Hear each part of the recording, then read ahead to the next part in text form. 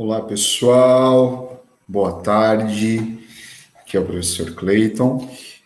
Obrigado aí pelas mensagens, né, alusivas ao Dia dos Professores. Obrigado. A razão de nós existirmos, do nosso trabalho, são vocês. Então, eu queria aproveitar e agradecer aí por todo o carinho, certo? Então, hoje nós teremos aí a nossa primeira aula do segundo bimestre, né? Então, nós estamos aí, fechamos, né, o ciclo de aulas e atividades do primeiro bimestre, começamos a fechar as notas, né? Então, na semana que vem a gente vai ter o conselho de classe, dos professores, etc. E aí essa é a primeira aula do segundo bimestre. Então, queridos alunos, é importante que todos vocês façam as atividades. Se vocês tiverem qualquer tipo de dificuldade, não sofram sozinhos, conversem com a gente, escrevam por e-mail, ou escrevam, entrem em contato na escola, conversem com o Cláudio, enfim. O importante é que vocês, de alguma forma, estejam conectados a nós, porque é dessa forma que a gente vai conseguir fechar nota, enfim, conseguir fechar o bimestre. Então, é importantíssimo que vocês possam realizar as atividades. Existindo alguma dificuldade, entre em contato. Pode ser comigo, pode ser com algum outro professor, pode ser com o nosso coordenador, o Cláudio, tá bom? Então, vamos lá. Hoje, na nossa aula número 1 deste bimestre, nós vamos falar sobre dois determinismos, né? Então, nós vamos falar aqui, eu estou compartilhando, né? Então, vamos falar sobre dois tipos de posturas, dois tipos de forma de pensar, mas também não é só o formato do pensamento, é também o pensamento traduzindo em práticas, em ações. Então, nós vamos estudar hoje os determinismos, biológico e geográfico, né? Na semana passada, desculpem, na última aula de sociologia, nós estudamos o que é o etnocentrismo, né? Então, vimos aí que o etnocentrismo é uma postura em que a ideia de raça, a ideia de etnia, ela é praticada. Então, nós temos aí uma ideia de hierarquização das etnias. Isso significa o quê? Que existem grupos de pessoas, grupos de etnias, grupos de países que se consideram acima dos demais. E aqueles que se colocam aí como inferiores por uma suposta ciência, esses que são inferiores deverão, então, servir aqueles que são superiores. Tudo isso nós vimos na última aula de sociologia. Hoje, nós vamos falar sobre os determinismos, né, que são determinismos que surgem a partir dessa ideia etnocêntrica, ou seja, tendo a ideia de raça, de etnia no centro de tudo. Então, olhem só, primeiro, é fundamental nós entendermos o que é o determinismo. Determinismo foi, na verdade, uma corrente filosófica, né? E essa corrente filosófica por quê? Porque eram grupos de estudiosos, filósofos, que se debruçaram sobre esse tema e começaram a produzir ideias, né? Começaram a produzir pensamentos sobre questões relacionadas ao ser humano e as suas relações sociais. E aí surge, então, o determinismo como sendo uma corrente filosófica. Essa corrente filosófica, ela defende o seguinte, que todos os fatores, né, dependem de uma casualidade, que todos os fatores que envolvem a pessoa, por exemplo, vamos pegar o nosso exemplo. nós vivemos em Diadema, vivemos na periferia, certo? Então, de acordo com a corrente determinista, nós vivemos em Diadema nas condições tais quais nós vivemos, porque há uma determinação, porque há uma rede de causalidade, uma rede de causas e efeitos que fez com que você e eu morássemos em Diadema. Isso significa o quê? Que esse tipo de pensamento, ele não respeita a escolha ou o livre-arbítrio, certo? Ele não respeita as situações, outras situações que não aquelas que são determinadas por esse tipo de pensamento. Então, por exemplo, eu coloquei aqui duas imagens, né? Imagem de uma comunidade, né? O determinismo diz o seguinte, muitas vezes, que quem mora em uma comunidade é mais suscetível à criminalidade. Como se fosse, como se nascer na periferia fosse a assinatura de que você, eu, de que nós seremos criminosos. Uma outra coisa, uma outra ideia determinista, é você afirmar que meninos, eu coloquei essa imagem aqui, meninos não podem brincar de bonecas. Por quê? Porque se meninos brincarem de boneca, eles determinarão, por conta das brincadeiras, eles determinarão a sua orientação sexual. Então, esses dois exemplos, eles parecem simples, mas quando nós falamos, por exemplo, de políticas públicas, quando nós falamos de homofobia, quando nós falamos de relações internacionais, relações entre países, esse tipo de postura, ele se torna realmente muito grande. E isso acaba, por exemplo, acabando com sonhos, com objetivos, enfim. E aí, então, a gente vai os três principais determinismos. Então, olha, antes de nós irmos para o próximo slide, é importante a gente comentar o seguinte, que vários filósofos do século XIX, século XX, se debruçaram sobre essas ideias, né? Então, por exemplo, o Friedrich Nietzsche, o Friedrich Hatzel, dois filósofos alemães que se debruçaram sobre isso, o próprio Charles Darwin, né, quando desenvolve a teoria da evolução, o Baruch Spinoza, né? Então, diversos filósofos se debruçaram sobre essas ideias relacionadas ao determinismo. É importante destacar que, na verdade, eu não sou professor de filosofia, eu deixo aqui a missão para o professor Antônio, que é o professor de filosofia de vocês, mas é interessantíssimo nós estudarmos a forma como os determinismos foram sendo construídos, principalmente no filósofo, né, chamado Friedrich Hatzel.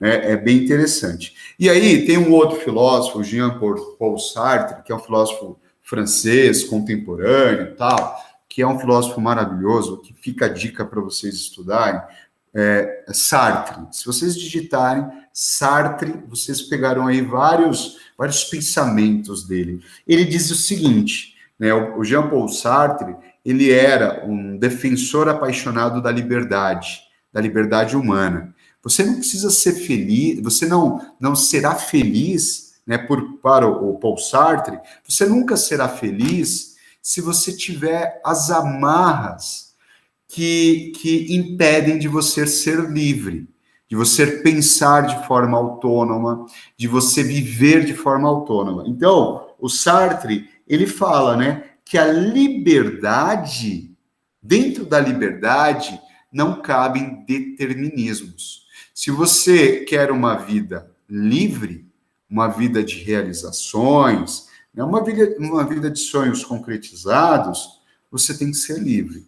E essa liberdade, ela tem que ser traduzida em ação, né? Então, fazer a coisa acontecer, entrar em ação. E aí, olhem só, agora a gente vai falar aí sobre os tipos de determinismos. Então, aqui existem vários determinismos, mas na verdade aqui a gente vai estudar 3 tipos de determinismos que acabam impactando, né, a nossa vida, né?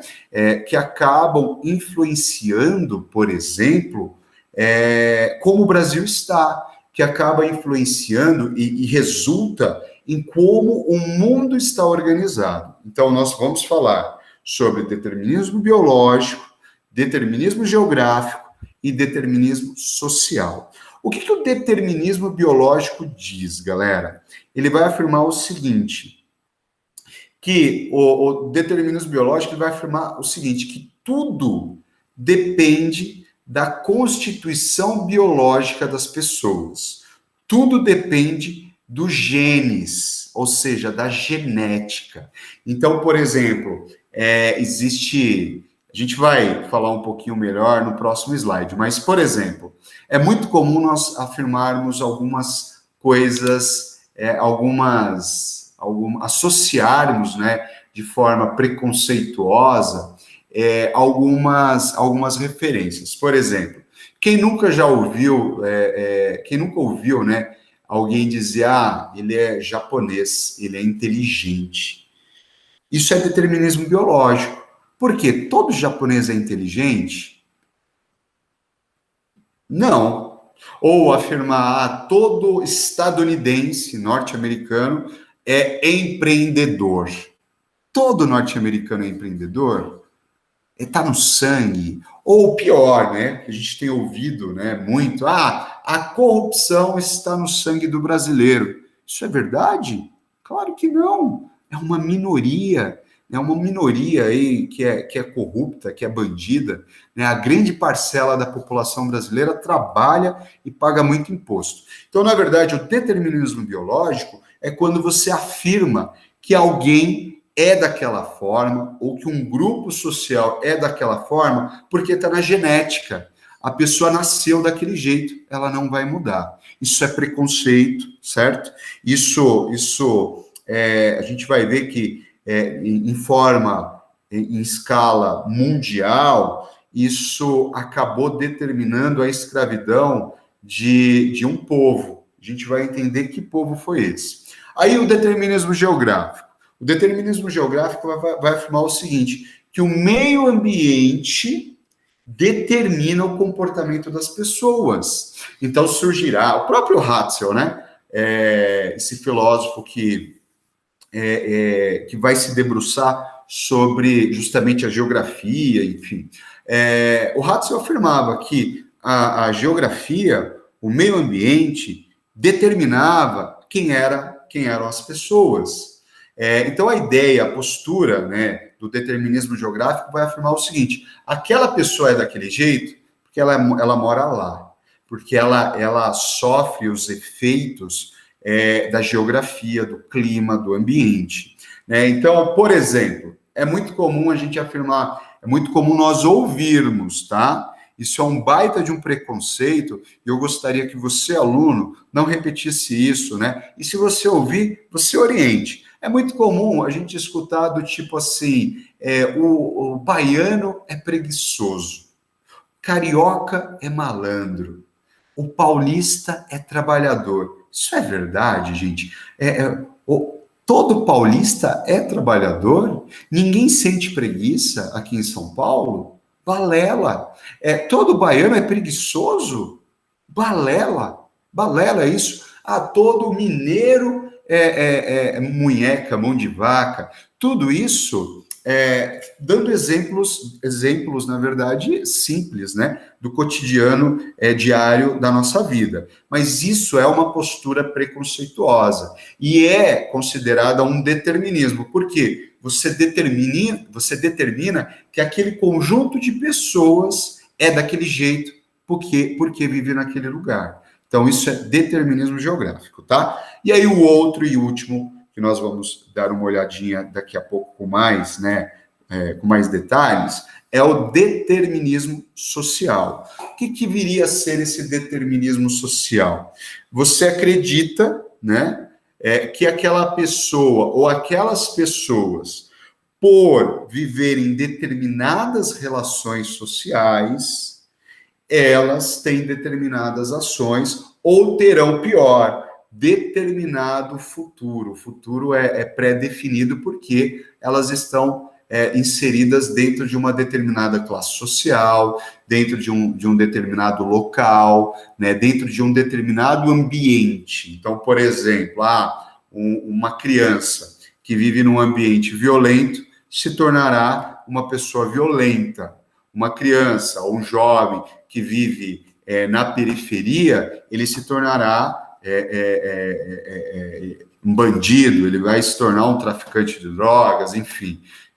Então, isso é o tal do determinismo social. E agora a gente vai falar um pouquinho mais retidamente sobre cada um, e nós vamos entender que isso não é inocente, tá? Isso é planejado, e na verdade, todos esses determinismos fizeram parte de um momento histórico da humanidade que foi necessário justificar a violência de determinados países contra outros países, a violência de determinados grupos, talvez a minoria, contra uma grande maioria, certo? Então, tudo isso foi criado, foi planejado, foi inventado por pseudocientistas, né, e aplicados na prática, né, por governos, países aplicaram isso.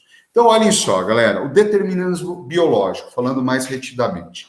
Então, o determinismo biológico, ele diz o seguinte, que todas as características físicas, psicológicas, né, afetivas, de visão de mundo, todas as características de um determinado grupo está relacionado com a sua origem biológica. Isso significa o quê? Que aqui, dentro, principalmente no século XIX, com as teorias raciais, o determinismo biológico vai afirmar o seguinte: existem grupos sociais humanos que possuem, dentro da sua biologia, uma característica superior, uma característica mais inteligente, mais voltada para o progresso. E existem outros grupos sociais, outras pessoas, outros países que possuem uma característica de um pensamento inferiorizado, de não um avanço, né, de progresso, porque são inferiores quando comparados com aquele outro grupo social. E um exemplo prático, eu coloquei aqui, ó, o determinismo, ele pode ser notado quando nós ouvimos algumas afirmações do tipo, afirmações preconceituosas. Todo europeu é branco, não tem europeu negro. Mentira, mentira. Você tem, sim, europeus negros. Por quê? Porque o continente europeu, desde a sua antiguidade, estabeleceu relações comerciais com o continente africano, né? Então, e além disso, né, depois com as grandes navegações, nós tivemos aí a escravidão, a partir do século XVI, a escravidão dos africanos, né? A escravização, né? Esse é o termo correto. A escravização dos africanos. Então, existem europeus negros, sim. É só você pegar os times de futebol, né? Europeus. Uma outra frase. Todo africano é negro. Mentira. Nem todo africano é negro, né? Então, são frases que são ditas, né, determinando algo, mas com um pensamento muito raso, sem levar em consideração a diversidade que existe. Uma outra coisa, todo japonês é reservado, ou todo japonês é muito inteligente, todo chinês apresenta inteligência elevada. Mentira. Então, tudo isso, galera, são preconceitos estabelecidos, né, dentro de uma lógica que foi criada. Então, essa lógica ela vai ser criada principalmente a partir do século XIX, após, né, a Revolução Industrial, que foi realizada no século XVIII, 1750, e você precisava, né, a indústria europeia, que tinha feito a sua Revolução Industrial, ela precisava buscar na África e na Ásia, primeiro, matéria-prima, porque a Europa é um continente pequeno, tem limitações naturais e tal. Então, você precisava buscar matéria-prima na África, na Ásia, e você precisava formar mercado consumidor. O que é mercado consumidor? Você vai consumir. Você aí, em Gana, você vai consumir os produtos portugueses. Você aí, na África do Sul, você vai consumir produtos britânicos. Então, você precisava formar esse mercado consumidor. E aí o determinismo biológico, nesse período, ele vai ressaltar o quê? Uma superioridade e uma inferioridade. Nesse contexto do exemplo que o professor está dando aqui, a superioridade ficava com os europeus, a inferioridade com os africanos. Então, os europeus, eles, através desses pseudos princípios científicos, eles afirmavam o seguinte: nós vamos para a África porque os africanos, coitados, eles não são tão inteligentes como nós. E aí eles foram para a África, roubaram todas as riquezas naturais, escravizaram os africanos. Quando a Segunda Guerra Mundial acaba em 1945, há o processo de descolonização do continente africano, os europeus saem da África porque, afinal, eles tinham problemas internos muito sérios por conta da guerra, e aí eles deixam para trás uma África destruída, repleta de conflitos interétnicos, guerras civis, fome, miséria. Então, tudo isso foi defendido pelo tal do determinismo biológico, né? Um outro exemplo, o determinismo biológico, ele foi, né, uma desculpa fundamental, né, foi utilizado, não com esse nome, claro, mas foi utilizado para escravizar os africanos. E o Brasil foi o palco, o maior palco de escravidão, da escravização, né, da escravização africana do planeta Terra. Aqui no Brasil, nós recebemos 5 milhões de africanos escravizados, que foram arrancados do seio das suas famílias e foram trazidos para uma terra que eles não conheciam, né, para trabalharem de sol a sol, sendo castigados, se alimentando muito mal, dormindo muito mal, sendo humilhados o tempo todo, né? Então, com qual lógica? A de que o africano, o negro, ele era inferior em relação ao branco europeu. A mesma coisa aconteceu com os nossos índios. Os nossos índios também sofreram com essa superioridade europeia, com essa defesa, né, do determinismo biológico. Os índios que foram acusados de preguiçosos, que foram acusados de serem hostis ao progresso, eles foram escravizados. E os índios aqui, ó, da nossa redondeza aqui, da cidade de São Paulo, aqui do Grande ABC, índios Guarulhos, índios Tupiniquins, Tupinambás, índios Guaianazes, né? Existem nomes aí até de cidade, nome de bairro. Esses índios, eles foram escravizados pelos portugueses aqui em São Paulo, né? Tudo isso com base nessa defesa do determinismo biológico. E aí, galera, tem um outro determinismo, que é o determinismo geográfico.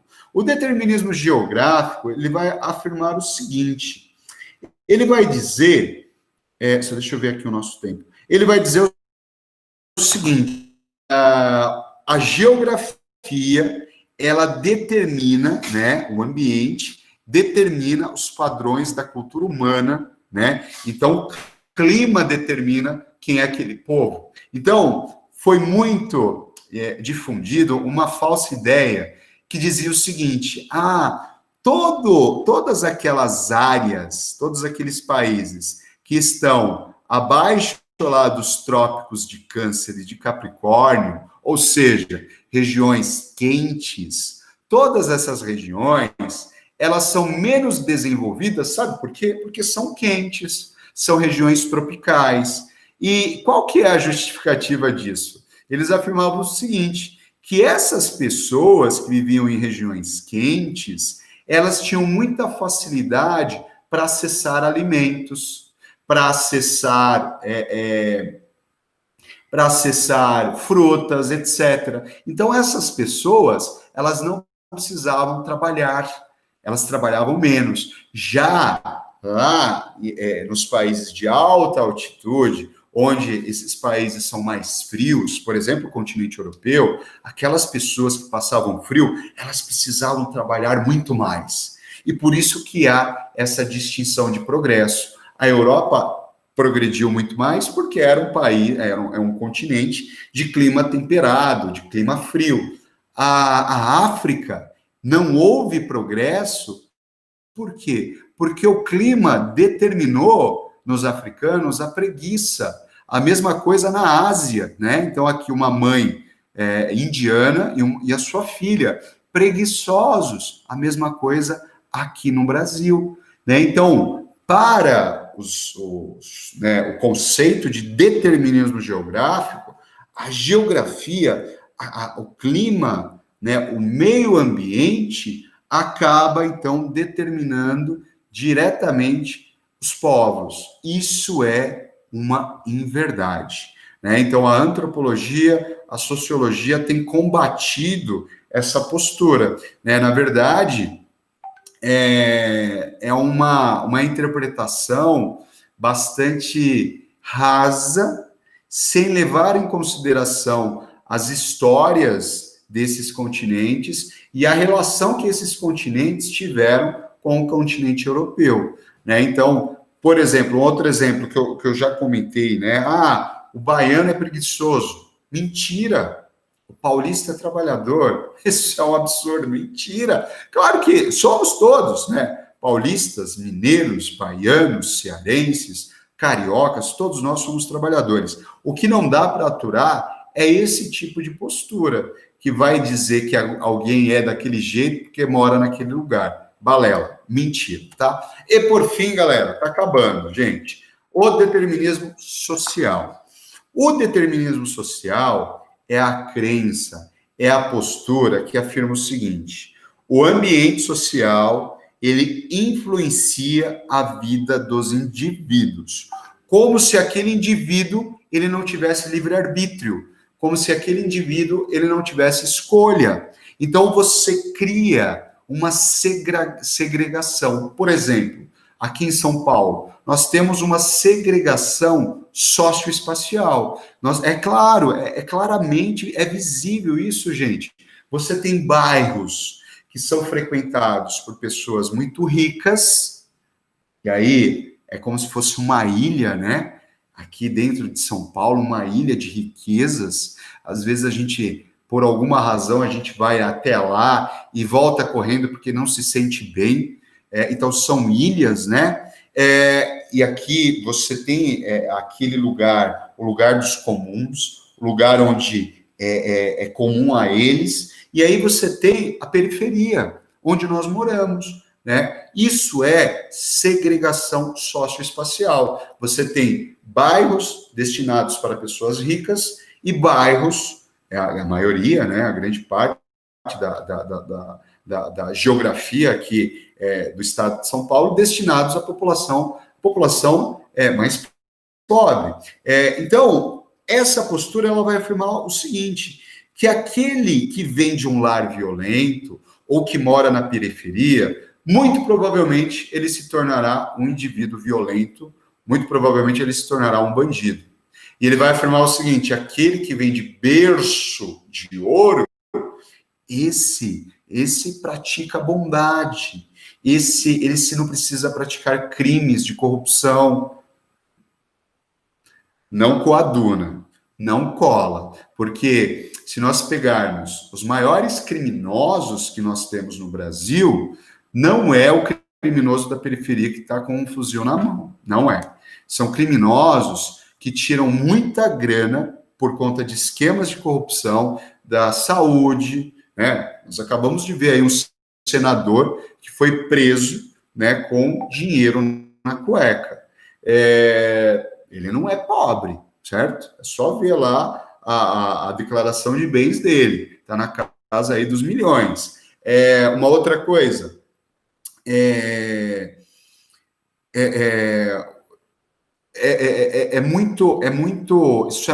está muito latente na sociedade você atribuir a violência urbana à periferia, né? E aqui eu trouxe aqui três charges que afirmam o seguinte, olhem só, esses bebês aqui nasceram na periferia e eles já estão sendo tratados como possíveis criminosos. Então está escrito aqui. Essa é uma postura de acordo com o determinismo social, tá? Então ela faz uma crítica a isso. Você aí, também, mãozinha na parede. Então esse bebezinho aqui, ó, acabou caindo.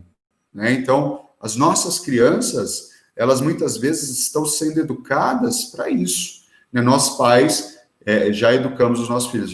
Se a polícia chegar, você põe a mão para cima, porque a gente já sabe, né? Porque há um estigma da elite, da sociedade brasileira em relação àqueles que moram na periferia. Aqui, olhem só, nós temos um menino negro, né? E o Estado com um fuzil na cabeça dele. E aqui embaixo está escrito, né? Redução da maioridade penal. Quantas vezes a gente escuta ou já escutou isso, né? Mas quem está discutindo políticas públicas para esse garoto? Quem que está debatendo o acesso à educação pública de qualidade para esse garoto? Né? Não existe. Mas é muito mais fácil você defender a maioridade penal. Né? Então, tornar aí adolescentes possíveis de serem presos e condenados. E aqui embaixo, uma última, né? Aqui está o pai preso e aqui está o filho. Sua benção, pai. Na verdade, essas charges, elas trazem, né, um debate aqui sobre o determinismo social. Então, gente, minha última mensagem para vocês é que nós, todos juntos, façamos uso das armas que nós temos. E quais elas são? As armas que nós temos é a educação, o amor e o respeito. Então, aproveitem que vocês estão estudando. Não desistam dos próximos passos. Façam as atividades. Essa é uma forma que eu e você, nós temos de nos manter resistentes e com a esperança de mudar esse país. Certo, gente? É isso. Obrigado. Gostaria de agradecer. Fiquem bem. Eu vou parar aqui de apresentar o nosso PowerPoint. Um detalhe importante, nós estamos iniciando aí, então, o segundo bimestre. Façam as atividades, não deixem para a última hora, né? Façam essa atividade, está facinha, tranquila. O mais importante é, de fato, a participação de todos vocês, tá bom? Qualquer dificuldade que vocês tiverem, conversem com os professores, certo? Um beijo no coração.